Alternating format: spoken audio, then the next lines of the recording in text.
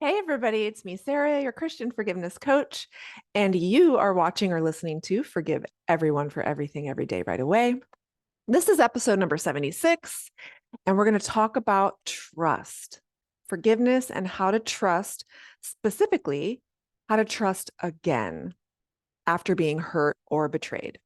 So, trust, of course, is a very important part of any relationship, whether it's partner, spouse, children, friends, coworkers. When we find ourselves in a situation where trust has been broken, it can be really challenging to know how to move forward. We may feel very hurt, betrayed, even traumatized.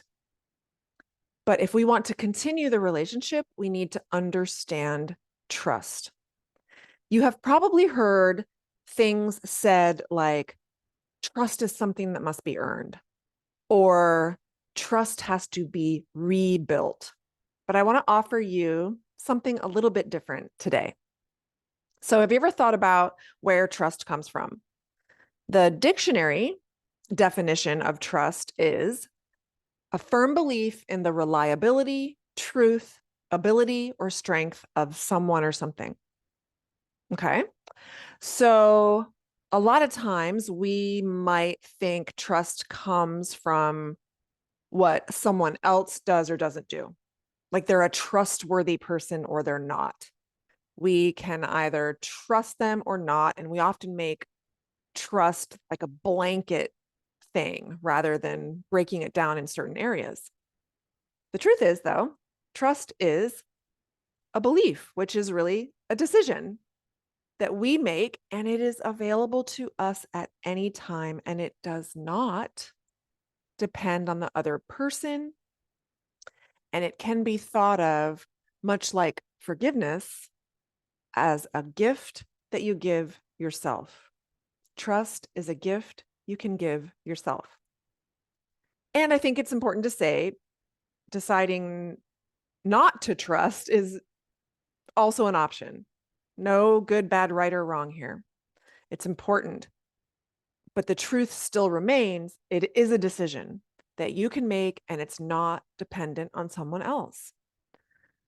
Before we get more into that, I want to acknowledge what happens when trust has been broken.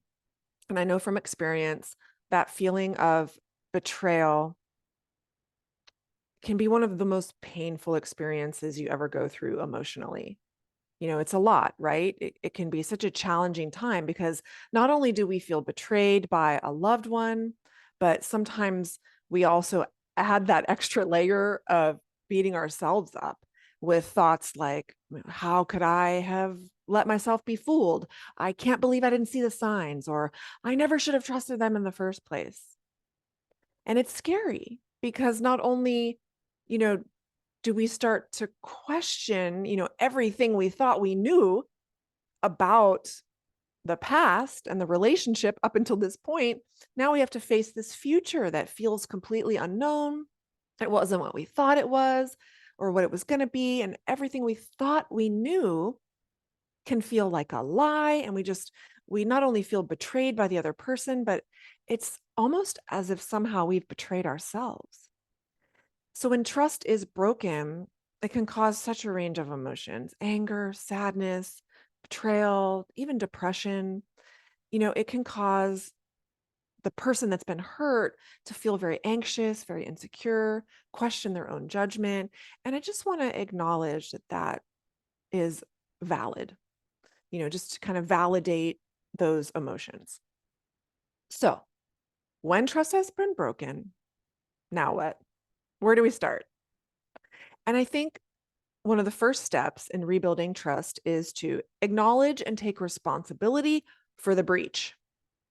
The person who has broken trust, I believe, needs to be able to take ownership of that, ownership of their actions, apologize for sincerely, understand what they did wrong. They need to show genuine remorse and be willing to make amends for the behavior.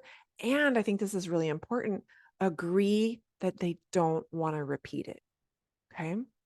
So if that other person has acknowledged their mistake and they want to work things out, they want to work on any underlying issues, I think that's a good sign that you can trust them again. So for example, and this is a big one, let's take infidelity as an example. Let's say the person was unfaithful, but they have recognized that it was wrong. They have apologized. They want to work on the relationship, and so do you. Then you can choose to trust them again. Waiting for evidence that they're going to remain faithful by doing things like constantly checking their phone or their laptop or asking them where they're going or where they've been will only drive you crazy. Trust is a decision that you can make for your own peace of mind.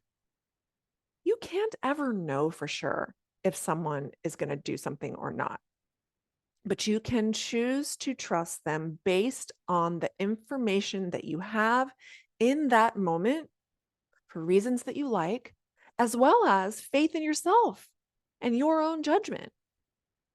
You can decide to trust them. If something happens down the road, then you can decide what you'll do at that point with that information. Deciding not to trust them is like that gray area between that, where again, you can really, really kind of make yourself crazy. So, have they shown remorse and a desire to change? That alone can be a reason to trust them. So, and there's no set time frame for how long you need to wait before you can trust someone again. That's all kind of made up numbers in our head. We get to make that choice anytime we want to. So you may be wondering, what if the person who broke trust isn't taking responsibility for their actions or showing remorse? Well, I don't know about you. Have you ever had this happen? I've had people kind of act like they're sorry for something that they've done and they'll apologize profusely, but they don't actually understand what they've done. They don't even really grasp what they've done. They're just apologizing so you won't be upset anymore. So that to me personally isn't a reason to trust someone again. If they broke trust and they're genuinely not taking responsibility, they're like, I didn't do anything wrong, and they're not showing any remorse, you still get to decide if you want to trust them again. There is no right or wrong decision here. I just want to encourage you to ask yourself why, explore your reasons. And I personally wouldn't choose to trust someone who didn't take responsibility for their actions. However, this does not have to mean the end of a relationship. It's going to depend on every individual person and every individual circumstance. So, for example, different circumstance, not infidelity, but something else. Let's say one of my examples, I've been in a relationship where I didn't trust my partner to handle money in a conscious way that made me feel safe. So we kept separate bank accounts, but it didn't mean the end of the relationship for me at that time. And then another example would be I've felt really betrayed when someone shared information that I specifically asked them not to share with anyone, and then they did. And I chose not to trust them with personal information anymore. But again, it still wasn't the end of the relationship. There were still many other aspects of the relationship that did work. So everyone has their deal breakers.